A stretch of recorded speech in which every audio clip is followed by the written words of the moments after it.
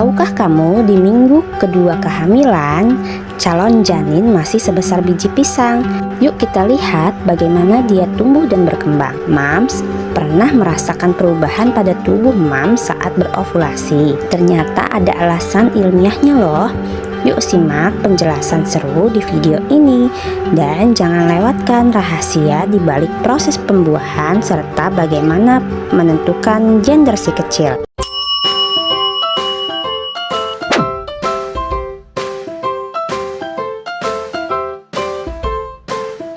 Hai Moms and Dad yang sedang menantikan garis 2. Selamat datang di episode kedua dari Sahabat Bumil. Kali ini kita bakal bahas perkembangan janin di minggu kedua kehamilan. Yuk siap-siap dengerin info menarik lainnya. Oke, jadi sekarang calon janin yang akan hadir masih sebesar apa ya? Coba tebak. Yaps, masih seperti minggu pertama ya, yaitu sebesar biji pisang. Tapi sudah ada beratnya loh, sekitar 1 sampai 1,13 gram. Panjangnya hanya 0,01 sampai 0,02 cm. Tapi detak jantungnya masih belum ada ya Mams. Jadi bisa dibilang si baby biji pisang ini masih dalam tahap sangat awal banget ya Mams. Sekarang kita bahas apa yang terjadi di dalam tubuh Mams.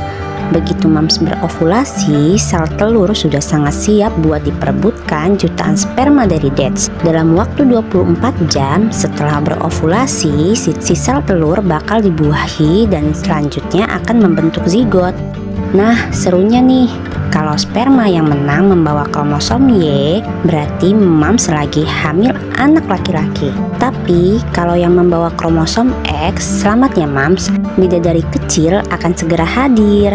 Sekarang, yuk kita bahas tanda-tanda yang mungkin sudah Mams rasakan.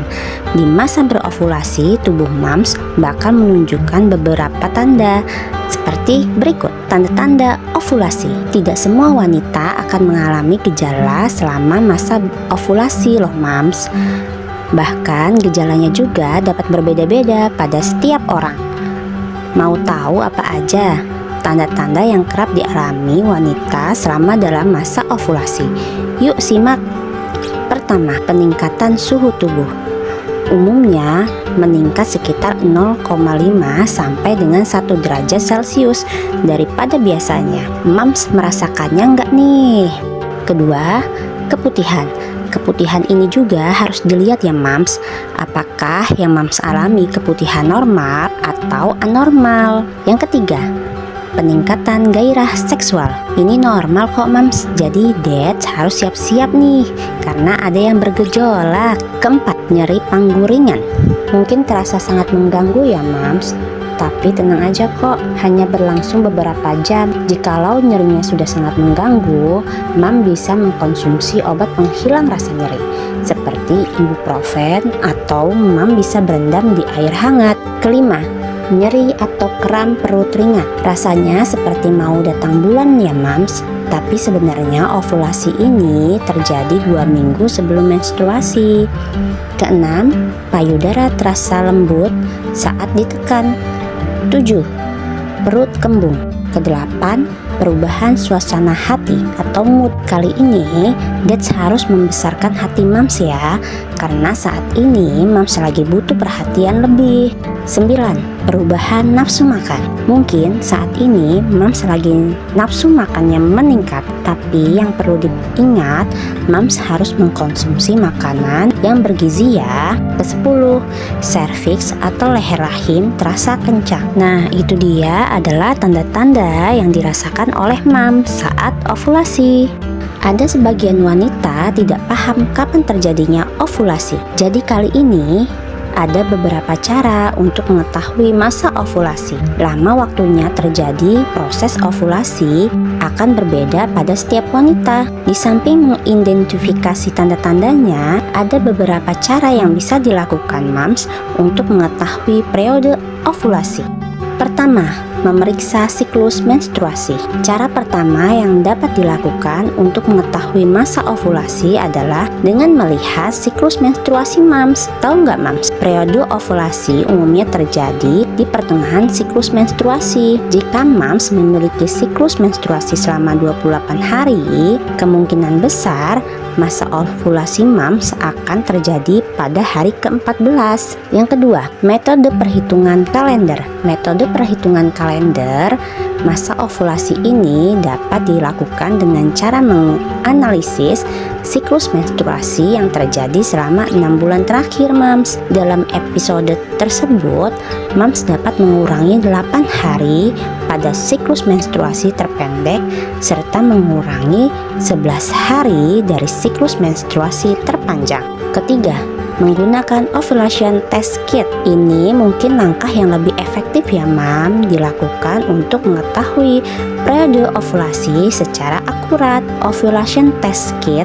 merupakan alat khusus yang dapat menunjukkan tingkat hormon LH atau luteinizing hormone pada sampel urin. Nah, saat tubuh mam sudah mulai mempersiapkan diri untuk kehadiran si calon janin, aliran hormon progesteron dan estrogen membuat rahim membentuk jaringan penuh darah. Jaringan ini siap menjadi tempat berkembangnya si sel telur yang sudah dibuahi itu loh mams. Di awal minggu ini, kira-kira pada hari ke-14 dari siklus haid 28 hari, mams akan mengalami ovulasi. Salah satu sel telur yang sudah matang bakal terlepas dari ovarium, lalu bergerak ke tuba Fallopi.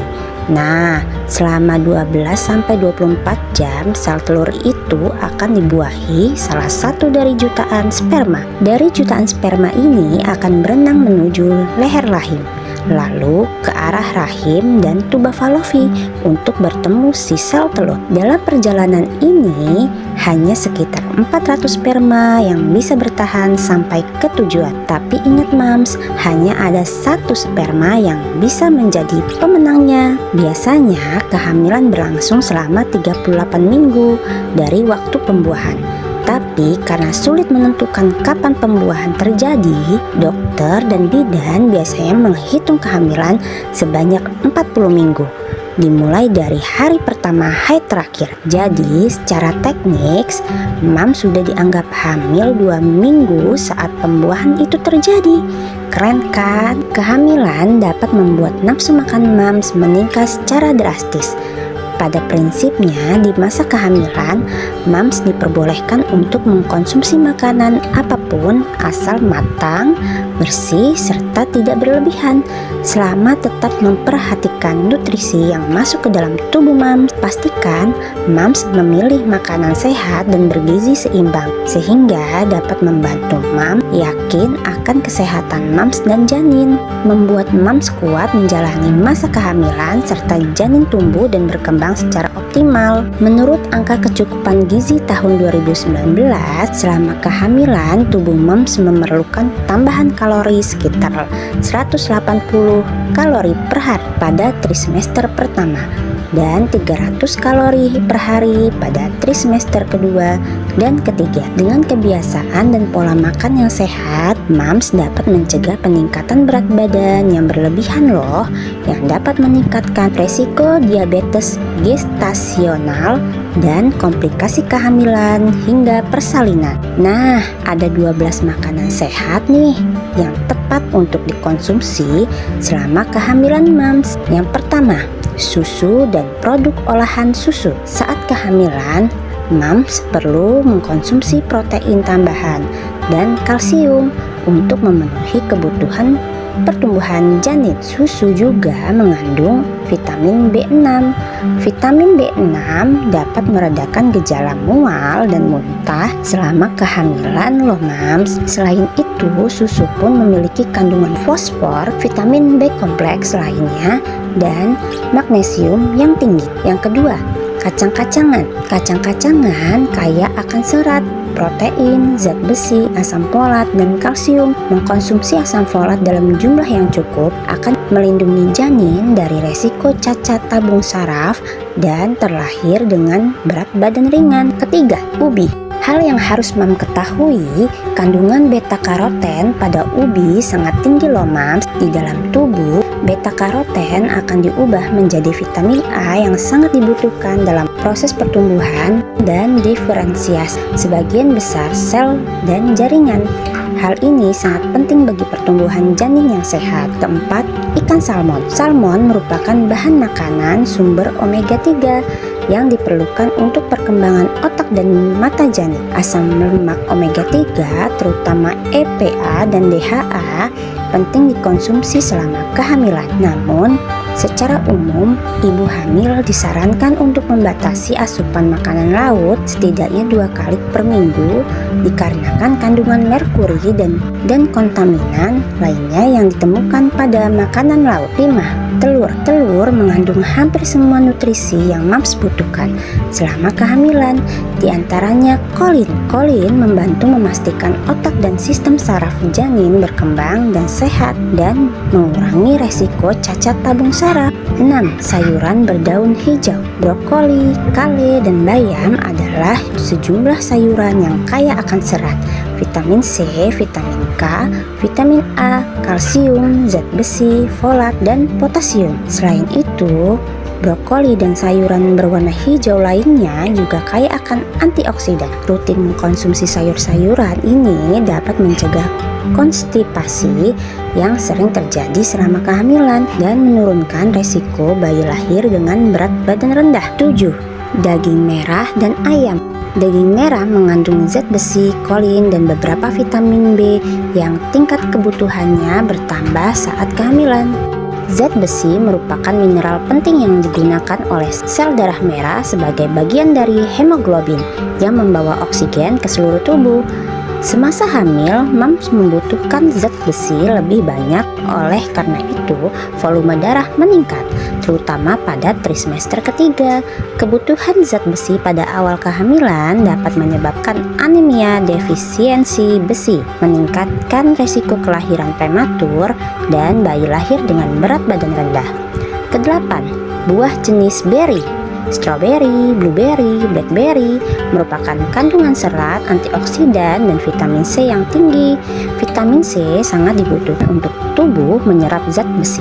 Selain itu, vitamin C juga dapat meningkatkan daya tahan tubuh loh Mams, agar Mams nggak gampang sakit. 9. Gandum. Mengkonsumsi gandum dapat membantu Mams memenuhi kebutuhan kalori, terutama pada trimester kedua dan 3. Gandum mengandung serat, beberapa vitamin B dan magnesium yang Mams butuhkan. 10.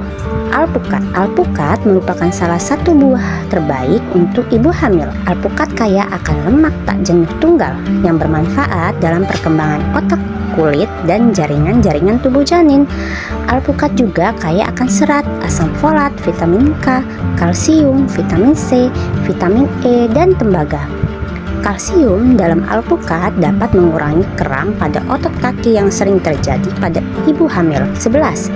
Dirt fruit. Secara umum, dirt fruit kaya akan kalori, serat, serta sebagian vitamin dan mineral. Salah satu buah dirt fruit memiliki nilai gizi yang sama dengan buah segar, namun tidak mengandung air dan memiliki bentuk yang lebih kecil. Oleh karena itu, satu sajian dirt fruit dapat memenuhi rekomendasi asupan zat gizi yang dibutuhkan, termasuk asam folat, zat besi, dan kalium. Contohnya adalah kismis dan kurma. 12. Air mineral. Minum air penting karena volume darah Mams akan meningkat selama kehamilan. Secara umum, Mams direkomendasikan untuk mengkonsumsi air minimal 2 liter per hari atau 8 gelas per hari, bahkan bisa lebih tergantung kebutuhan masing-masing individu ya Mams.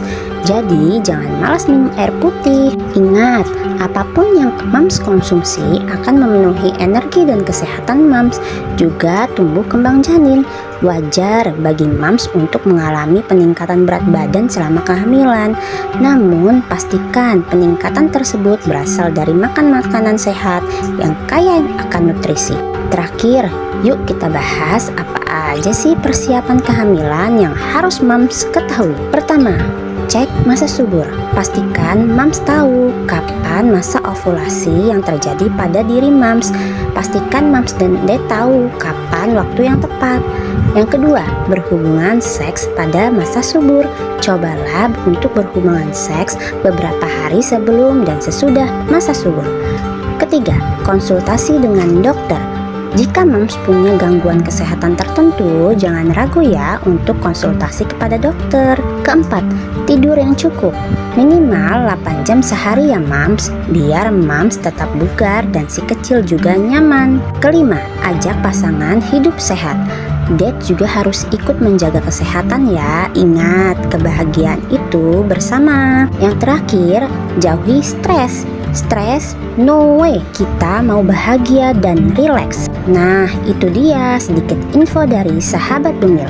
Meski calon janin masih sebesar biji pisang, tubuh mam sudah mulai banyak berubah ya.